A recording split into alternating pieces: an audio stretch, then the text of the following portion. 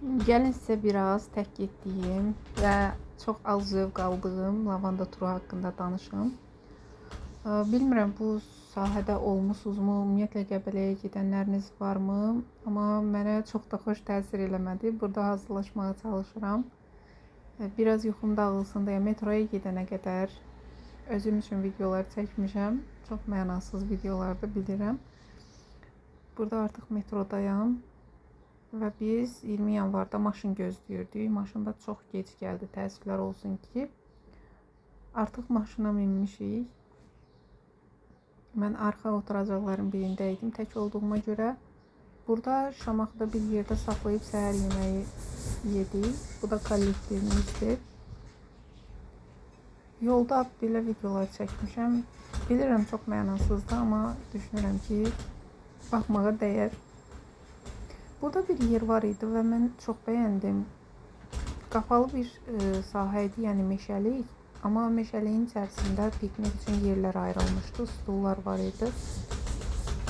Amma bilmirəm tam olaraq hara idi məkan olaraq. Nəhayət gəlib lavanda sahəsinə çatdıq. Onu qeyd edeyim ki, burada giriş 7 manatdır və əlavə yerləncəkdən istifadə eləsəniz və yaxud da digər vasitələrdən ona əlavə ödəniş istəyəcəklər.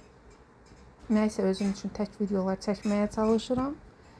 Tək getməyin mənfi tərəflərindən biri budur ki, sizin şəklinizi, videonuzu heç kim çəkmir. Bilirəm, alınmayıb, yəni heç bir şey deməsəniz daha yaxşıdır. Burada bir xanımdan xahiş elədim ki, mənim videomu çəksin. Məncə yaxşı alınmayıb.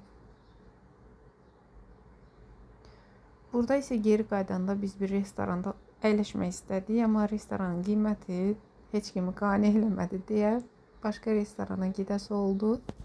O hissələri çəkməmişəm. Burada isə geri qayıtmaq videosudur. Biz restoranda əyləndik, yemək yedik, yəni çox yaxşı idi o hissəsi. Gecə bu rəngdə işıq var idi maşında və bu mənim gözlərimə çox pis təsir göstərirdi. Nəysə, sonda isə gün üzünə çıxmayan şəkilləri təqdim edirəm. Hər dəfə turla gedəndə mən normal bir şəkil çəkdirmədən qayıdıram.